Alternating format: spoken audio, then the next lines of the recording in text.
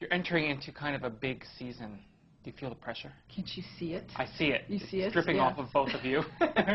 We'd feel more pressure if we didn't have a plan, I think. Well, let's talk about the plan. What is the theme of this season? Facing the ghosts of your past.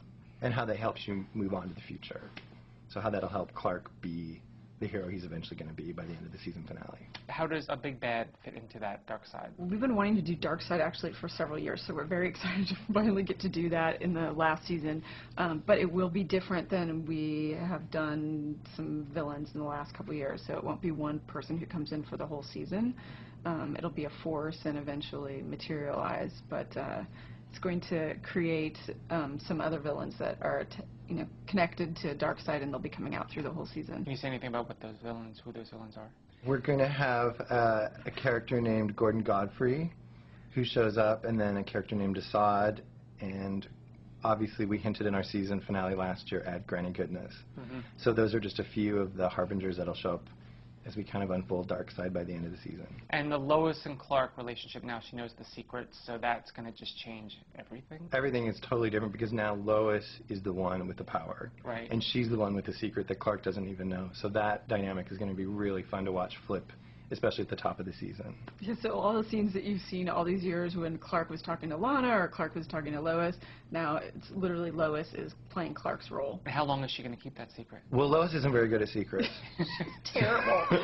Don't tell her anything. There might be some twists and turns along the way as far as how that secret comes out. Well, it's the final season, so let's talk guest stars. We already know James Marsters is coming back. James Marsters is returning this time as Brainiac 5. Okay. So that'll be a fun new twist on that. John Schneider's returning for right now, so far, 3 episodes. And we've already shot some of his footage, and it will bring a tear to your eye. It's really, really powerful. We're dying to have him come back, and when we all saw him on film, it was like, oh, thank God this happened. It's great. Supergirl, thank you. Supergirl's coming back for episode 3, very exciting. And we have a few people we're hoping to bring back and that are kind of in the pipeline, but nothing's close, so we can't really talk about them yet. Everybody is going to ask Michael Rosenbaum, how many dinners do you have to take him out to before he finally says yes? We're approaching a limit, probably. We believe me, we want nothing more than to have him back. Like, we just really feel like having him come back to the show would be such a great end to the show. So the door's open. What about Kristen? We would love for Kristen to be back too. So far we've done everything in our power to get Kristen and Michael back, and the door, like Kelly's saying, is wide open. Couldn't be more open. So we'd love to have them back. And Jeff Johns is penning an episode Yes. mid-season. Tell me about that. He is going to be doing Booster Gold and Blue Beetle, all in one episode. You don't even have to wait for the second episode. It's all in one. And that'll be probably mid-season. We don't know exactly which number, but we're excited to have him back. And let's talk about the arrival of Cat Grant. The role's been cast. Yes. Kat is an awesome counterpoint to Lois because she comes in the exact opposite Lois Lane is, and she gives somebody...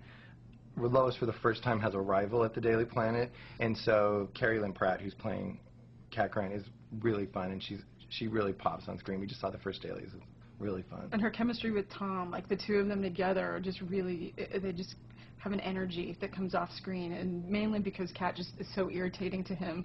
But the two of them play off each other. I think fans will love it. Should Clois fans be concerned? Clois fans should be very excited for this season.